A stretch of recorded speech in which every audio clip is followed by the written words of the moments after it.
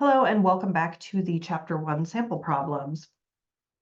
I'm resuming here with sample problem number 6, where we are talking through some of the concepts that have already been introduced in the other MyLab videos that were posted. So this problem, we have Michael McNamee, who is a proprietor of a property management company called Apartment Exchange near the campus of Pensacola State College. The business has cash of $8,000 and furniture that costs $9,000 and has a market value of $13,000. The business debts include accounts payable of $6,000. Michael's personal home is valued at $400,000 and his personal bank account has a balance of $1,200. Identify the principle or assumption that best matches the situation. Now, one of the most important features of accounting is that when we are performing accounting for a business entity, only the activities that relate to the actual business will be included on the financial statements for that business. Now, and that is referred to as the economic entity assumption. So the concept that Michael's personal assets will not be included on the Apartment Exchange balance sheet financial statement is the economic entity assumption. So Michael's personal activities will be kept separate from the business activities. All right, so the next concept says the company records furniture at its cost of $9,000, not its market value of $13,000. So there is when we are recording things in accounting, the values that we use to record them are the values that we paid. So whatever cash or economic value has exchanged hands for something is the value that we use to record it at. And that value may change after the assets change hands, but because accounting is recording historical information, we will stick to the historical cost. So the cost principle states that we would record something at the cost we originally paid for it, in this case, $9,000, not at the market value of $13,000. All right. The company records its financial statements in US dollars. Well, when we are performing financial accounting, we record things in monetary units, and we are consistent from one time period to the next in which monetary unit we will use. So we are using, in this case, US dollars. So the monetary unit assumption is the assumption that is operating there. Next, we have Michael expects the company to remain in operations for the foreseeable future. We treat businesses, unless we have evidence otherwise, evidence that they will go out of business within 1 year or less, we treat them as what is called a going concern, meaning they will continue to operate into the future. So those are some key principles that we operate under. All right. Now, problem 7 is going to jump back on the accounting equation. So this is actually a simpler accounting equation problem than the one we did in problem number 1, which explored our extended accounting equation. So if we remember back, take a second and try to pull out of your head, what was that basic accounting equation, if you can. So just take a second, think about that. See if you can remember. And that accounting equation is assets equals liabilities plus owner's equity. That is our basic accounting equation. And they are going to give us some numbers here. If our assets increased by $4,300 and our equity decreased by $3,850, what would be the amount of total liabilities for Thompson Handyman Services? All right, well, this was the change here, right? And here we have the beginning balance. So we started out with total assets of $18,400. And we have total liabilities of $9,050, okay? So if we have assets of $18,400 and liabilities of $9,050, that means that the liability has to be the difference between the assets and the equity, right? So if assets equals liabilities plus equity, we could take assets minus equity. So if we have subtracted equity from either side by zeroing it out on this side, let me grab my pencil here. So if we subtract equity over here, then it would zero out on that side. But because we're doing an equation here, we'd also have to subtract it on this side. So if we had assets minus equity, that would leave us with the value of liabilities on the other side. So if we have 18,000 minus 18,400 minus our equity of 9,050, that means that our liabilities would have to be the difference between the two, or 9350.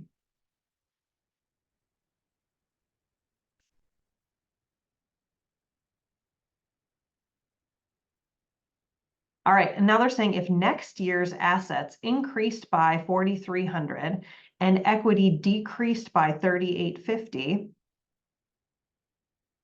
what would be the amount of total liabilities for Thompson Handyman Services? Well, if we had a beginning balance of this and we increased it by 4,300, that means our ending balance is going to be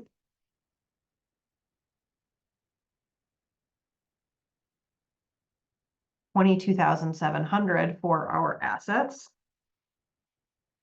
And for our equity, our ending balance is going to be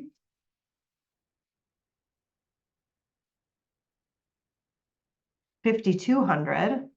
And then we can solve for our liabilities by taking the difference between those two.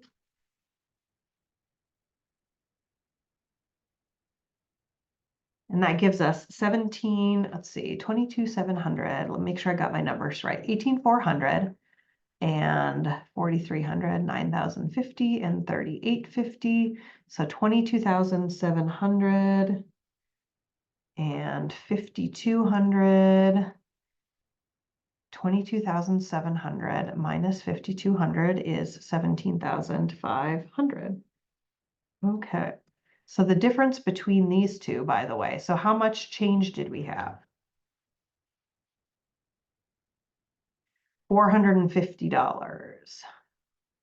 Actually, no. Yeah. Well, we had increases in assets and decrease. So the difference that this would change over here, right? Because the change in our liabilities and the change in our equity have to be the same. So if this is increasing and this is decreasing, then one of them is going positive, one of them is going negative. Actually, the absolute value difference between the two is what we'd be looking at. So 8150 difference. So if we take those two and add them together, it's 17,500. Okay.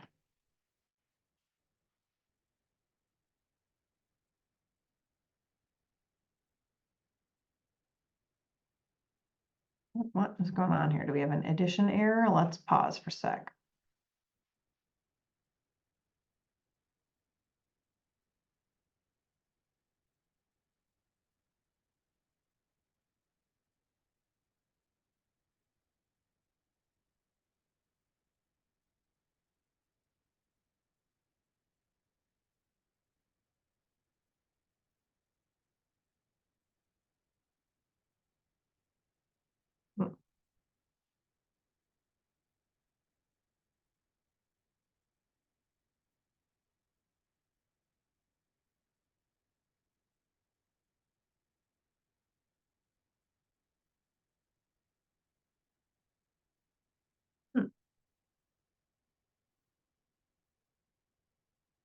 So interestingly, the correct answer here is 17,500, but there appears to be an error on this for some reason. So the correct answer is the 17,500. That one is just going to be marked wrong. Don't worry about it being marked wrong. Because I went through and looked at this, there's like a underlying error in how this is set up. So just be aware, correct answer there is 17,500. And I'm going to move on to the next problem there. I hate it when the software doesn't work right. All right. Next is a list of accounts, and they're having us classify those, right? So the main types of accounts that we have asset, liability, and equity accounts are the three choices that they're giving us, right? So assets have future economic value. So things that we have that have future economic value to us, and they can be physical or they can be contractual in nature. Liabilities are things that are going to use our assets. Like we have to expend assets in the future to resolve those. So requires future use of economic value or assets. Okay, so things that we owe to people, we have to pay them back either with cash or services or something like that. And then equity is ownership value in the company.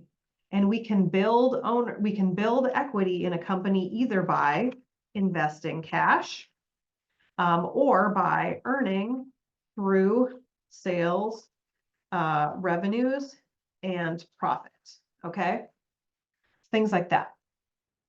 So we can invest cash, we can earn through sales, revenues, and profit. So an accounts payable account, that means that we have purchased something from somebody, but we have not yet paid for it, and it's expected to be paid in the short term. So that would mean because it says payable, it's going to expect a future use of our assets, such as cash, to pay for that in the future. So therefore, that would be a liability. All right. Cash is something we can use for future economic value. So therefore, that is an asset. And then owner capital, that's ownership within a company.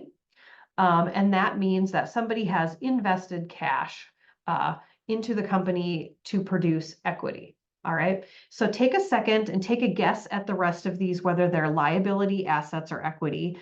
Fill these in, pause the video to fill in the rest of these, and then I will give you the answers here in a second. All right, so I know you're like, well, why would I do that when I can just wait and watch the video? Because taking 10 seconds to try and guess on these will form neural pathways that will make you remember this. Even if you get it totally wrong, when we put the answer in, it will get saved away for future things like, I don't know, exams, where you might need the information later. All right, so pause. 1, 2, 3, pause. All right, hopefully you're unpausing now. And now we're going to go through these. An accounts receivable is when we sell something to someone as part of our primary businesses in a company, and we expect them to pay us for it in the future, but they're not paying us for it now. So we have what is referred to as a receivable. Now, because we expect there to be future economic value returned to us in the form of cash, that accounts receivable becomes an asset. All right. Rent expense is money that we have already paid out or owe to somebody. We have used up in the past rental services from somebody. Okay, so that means that we have expended assets or incurred a liability to pay them at a later date in exchange for rent that was already provided to us and used up. And expenses decrease our equity. Now, service revenues are the primary way that we earn money as an organization, also known as sales. And so sales increase our equity, just like expenses, things that we've expended in the past, decrease our equity, okay?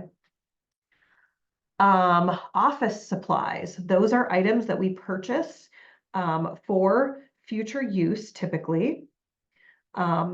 And so we purchase those and we maintain a store of those in what is referred to as an office supplies inventory account. So those are an asset because we have them available for future use.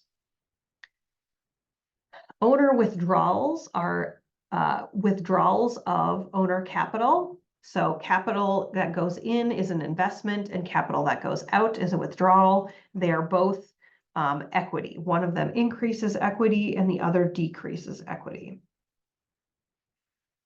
Land is something that we purchase and we hold it for future use. We can use it to build on, we can use it as an investment. It will provide us future economic value. Therefore, that would be an asset.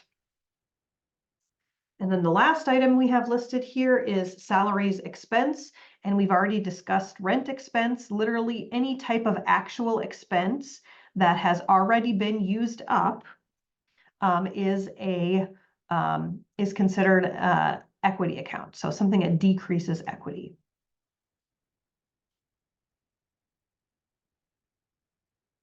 Okay, our next problem that we have is going to talk about how we make journal entries. Okay, so how do we record accounting activity? We've got Tiny Town Kennel, and they earn service revenue by caring for the pets of customers. The kennel is organized as a sole proprietorship and owned by Earl Martin. During the past month, Tiny Town Kennel has the following transactions. We're going to talk about the accounting equation and how these transactions affect the accounting equation, okay?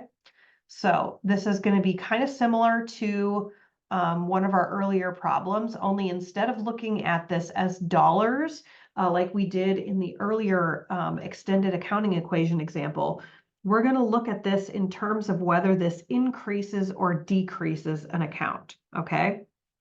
So we received $520 for service revenues. We received the cash, so that increased an asset, which was cash. That's part A there. And we increased equity because revenues increase our equity. So as we sell things and money is paid to us, we increase the ownership value of that company, okay? Now, part B here, we paid $325 for salaries expense. So expenses do the opposite of revenues. They reduce our ownership equity because we had to pay some of our equity out to someone else in exchange for a particular expense. So in this case, that was salaries expense. So we are paying out $325 in cash. So we are going to decrease our asset, which is cash, for $325. And then we are going to decrease our equity because an expense decreases our equity, all right? And the equity that is decreasing is going to be our salaries expense, okay? All right. So looking at our next problem, we've got Martin contributing $1,000 to the business in exchange for capital. So Martin is going to give $1,000 cash to the business in exchange for some ownership, equity, or capital. So that is going to increase our asset of cash. And we are going to increase our equity in the form of owner capital here for Martin.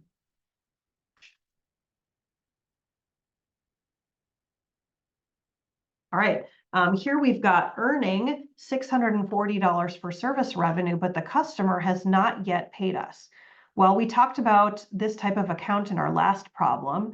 That means that, so we've got service revenue, which on the equity side here, we're going to increase our equity over here for service revenue. But we haven't received cash, so we can't put increase an asset, right? Actually, I'm sorry, we can increase an asset. It's just not going to be cash, right? So what asset is going to increase? What future economic benefit are we going to receive? If he's not paying us right now, well, then we would have that account receivable for future use. So the customer is going to owe us for future accounts receivable. Our next problem is that we are receiving a utility bill of $85, which will be paid next month. All right, so utility bills tell us that we have expended some utility resources, okay? So we are receiving a bill that we have to pay in exchange for those utility resources, okay? So because of that, what we have to do is record an expense to show that we expended something. And then we're also going to record a liability for the amount that we have to pay in the next month, all right? So we're going to increase our liabilities here for $85 that we have to pay in the future. And the liability is accounts payable, which is those short-term operating debts that have to be paid in the near future, okay? That are related to our key normal day-to-day operation. All right, so we're increasing a liability that we owe, and then we are also going to decrease our equity because we have expended $85 for utilities expense. So just like up above, when we used up salaries and decreased equity, here we used up utilities and we're decreasing equity. All right, and then Martin withdrew $100 cash. So Martin made some cash. Martin wants to take some of that out. So we're going to decrease our cash asset for the $100 Martin took out.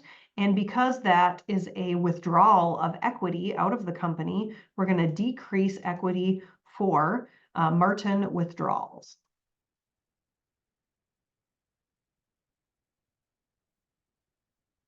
Okay.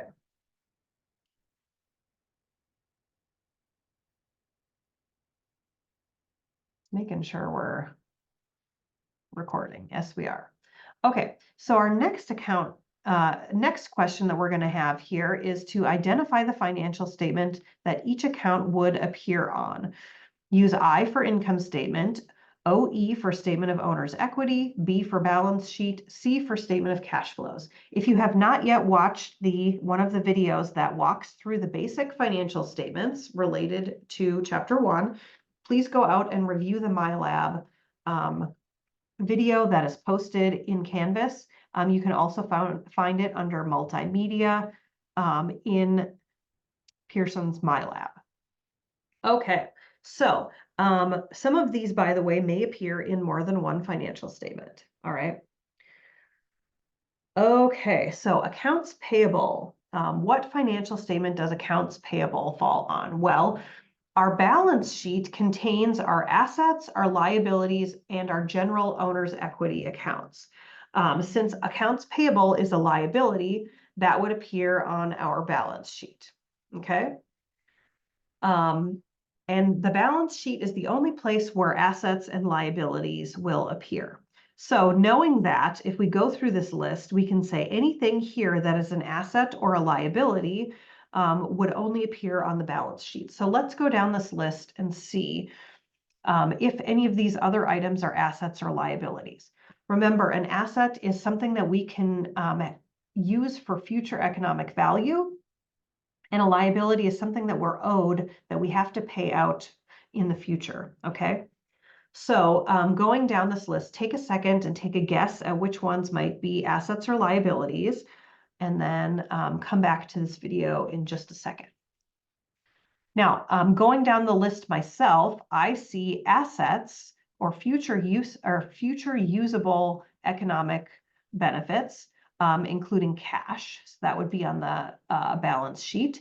I also see accounts receivable, which is money that somebody owes to us. So that would be on our balance sheet.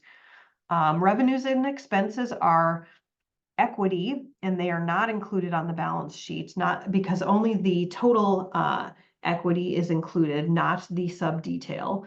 So we're going to leave those ones off. Office supplies are supplies we've purchased for future use. So that would be on the balance sheet. And owner withdrawals. Those would be typically on our statement of owner's equity. So I'm going to leave that. Land is an asset for future use. That's going to be balance sheet. And then expenses, again, are components of net income. All right, so let's go back and list here. So owner capital, where would we find owner capital? Well, owner capital is going to for sure be on our statement of owner's equity, which is OE. So are owner withdrawals. That's another component of owner's equity. Now, owner capital, though, also gets carried through in summary on our balance sheet, okay? So the net owner capital will be on the balance sheet. But the details of what goes into the owner capital do not get included on there. So owner withdrawals are not on the balance sheet. All right, looking down here, rent expense typically is on our income statement, as well as service revenue and salaries expense. So,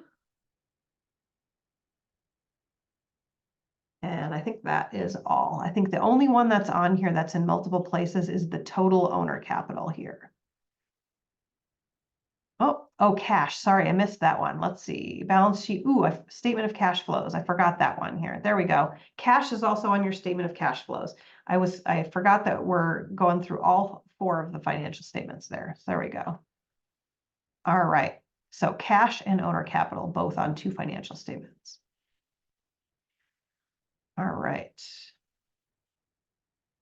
Okay, so the next one, we've just completed operations for the year ended December 31st of 2024. So we are going to put together a financial statement here. It's a 3rd year of operations for our company, and they've assembled a bunch of data here for us. Let's take a look at what we've got. We've got a bunch of expenses, income, etc. Looks like we're arriving at net income at the bottom here. So that tells me that we are going to be looking at an income statement. Now, you see here, this top part is grayed out. At the top of every single financial statement is some key information. You will find the name of the company, the time period related to the financial statement, and the title of the financial statement. Okay, so the very top thing will always be the name of the company, which in this case is Centerpiece Arrangements. All right. And then the next thing that's going to say is, what financial statement is this that we're looking at? Well, since it says net income at the bottom, that means that what we're looking at here is an income statement. All right, so next, we have got the time period that this is for. And how this gets phrased is going to differ depending on the type of financial statement that you're looking at. Now, income statements cover a period of time. So we would phrase this by saying, this is for the year ended, or the month ended, or the quarter ended. Since we are doing, they state up here that this is going to be for the year ended December 31st of 2024. So that's what we are going to put up here for the time period. So for income statements, we put a year ended. Now, a balance sheet statement is a cutoff at a point in time that tells us what is the balance as of this ending date. So for a balance sheet, if we were putting this title together, we would say as of December 31st, 2024. But since this is for an income statement, it says this is everything that happened during the year. All right. Now, as far as income statements go, they always start off at the top by listing the revenues, okay? So we're going to start off with a title line here that says revenues, and we're going to put the types of revenues that we have on this financial statement. So looking over here, I see, all right, we've got service revenues for $70,000. And I don't see any other revenues. So that's it for revenues. So we don't have to have like a total revenues because we only have one revenue line here. Now, next on the income statement is going to come our expenses. Okay, so let's go through this list and grab all of the expenses. we're going to have here, let's see, did they tell us anything about the order that they prefer to have this in? I don't see anything about the order. So I'm just going to go in the order that they're listed here, just because this is easiest. Let's do insurance expense. And then the next one listed is utilities expense. Then we've got rent expense. Going down the list, those are, oh, salaries expense. And that's an asset. And equipment is an asset. Okay, so I think that is it for our expenses here. So the next, so that one's going to be blank. And then,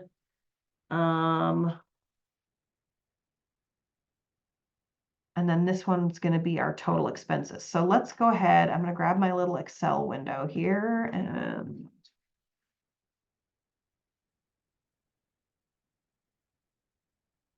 if I highlight those, it'll tell me the total. Sum of 67,900 here. Okay, so 67,900.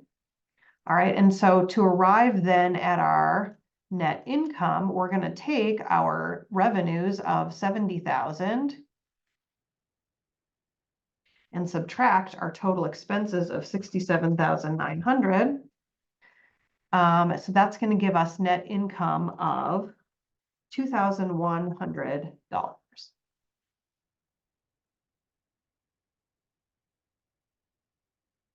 And that's it. It's a basic income statement for you. All right, and now we are going to put together, oh, it says capital. So we are going to put together a statement of owner's equity, it looks like here. So let's take a look at this. All right.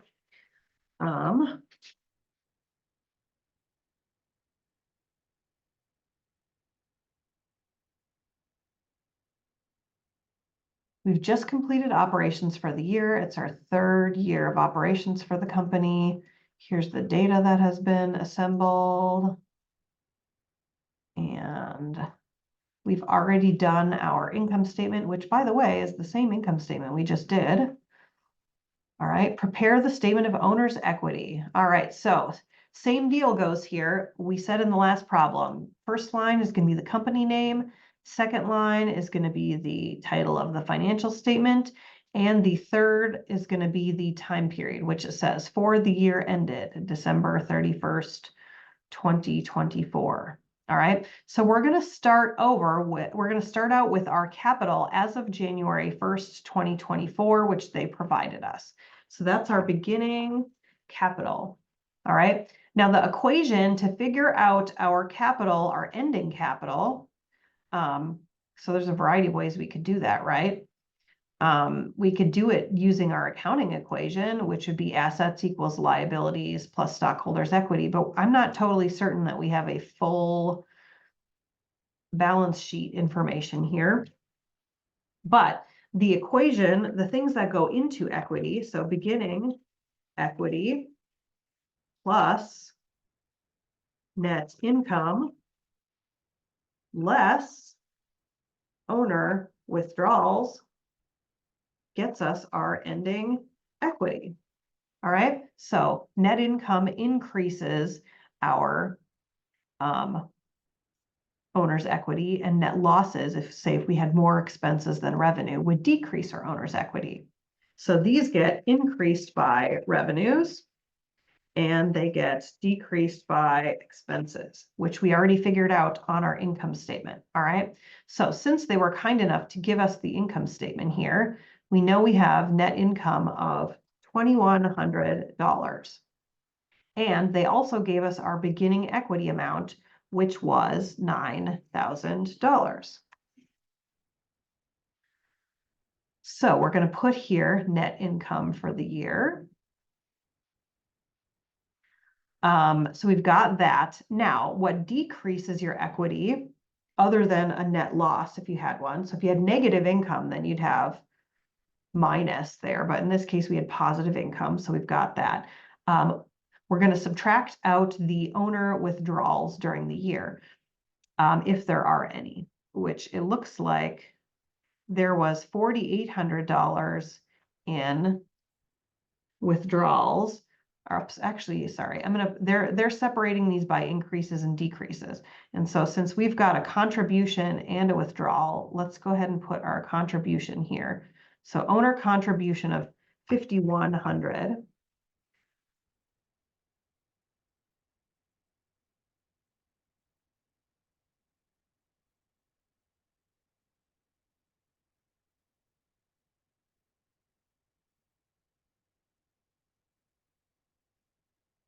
All right, so if they are contributing 5,100, we add these three together.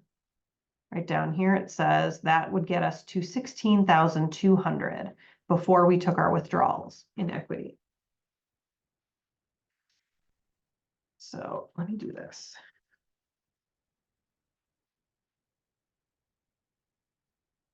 $16,200. All right, so then we're going to have our owner withdrawals, which are going to equal 4,800. So that's going to get us to 16,200 minus 4,800. Oops, I had a percentage in there. Let's take away that number. Thank you. There we go. 11,400 is where we end up. I guess I didn't move around enough. My light's turning off in here. All right, so 11,400.